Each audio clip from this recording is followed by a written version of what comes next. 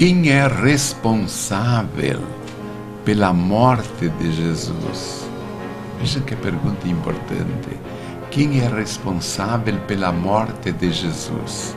Meus amigos e minhas amigas, louvado seja Jesus Cristo que nos ama.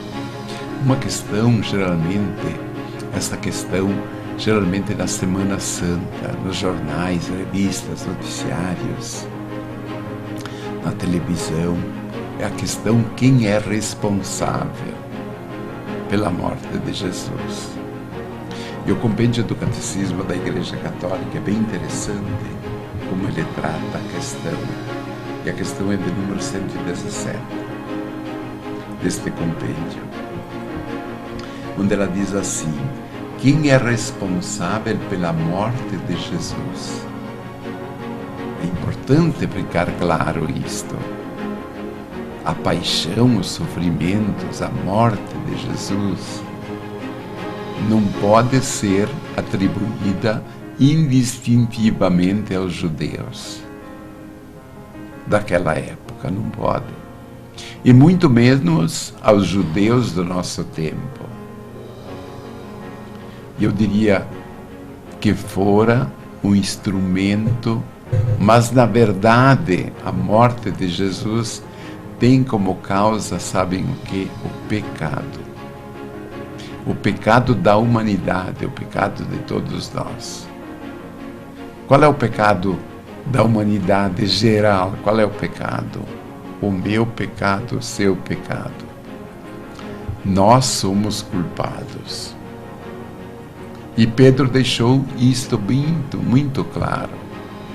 Deixou isto bem claro no domingo de Pentecostes, quando fez aquele discurso para aquela multidão que estava lá em Jerusalém, deixando claro para eles, deixando claro que eles eram culpados da morte de Cristo. E mais culpado é quem, como nós, conhecedores da gravidade do pecado. O que o pecado significa de ofensa a Deus? Quando nós cometemos o pecado, nós somos os causadores da paixão e da morte de Cristo. Vejam, quando nós cometemos um pecado, nós somos os causadores da morte, da paixão, morte de Jesus Cristo. E eu diria mais, de certa forma, com o nosso pecado,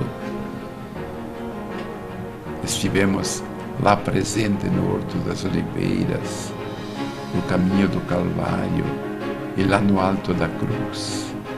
Admitir isto é reconhecer que a causa mesmo da morte de Cristo não foi um motivo político, não foram circunstâncias históricas apenas. Isso tudo, diria assim, são acidentes. A causa, a gravidade, deve-se ao pecado da humanidade. Essa é a causa da morte de Jesus Cristo. Por isso, trabalhar contra o pecado em nossa vida, não admiti-lo e, mais ainda, converter-se buscando uma vida nova, é fazer com que todo aquele sofrimento de Cristo tenha um efeito sobre nós, tenha um efeito sobre a humanidade. Não basta chorar os outros sofrimentos que outros causaram a Cristo lá na sua paixão, não basta fazer isto. Choremos sim sobre nós por causa da nossa fragilidade, por causa da nossa infidelidade. Isto que nós devemos chorar. Da nossa incapacidade de vermos o mal que faz o pecado em relação à glória de Deus. Portanto, a nossa primeira ação é abolir o pecado, lutar, não admiti-lo como uma realidade na nossa vida. É uma realidade, mas não aceitar viver o pecado. Trabalhar sim para viver a graça santificante. E quando falo em graça santificante, eu penso nesta presença viva de Deus em nós.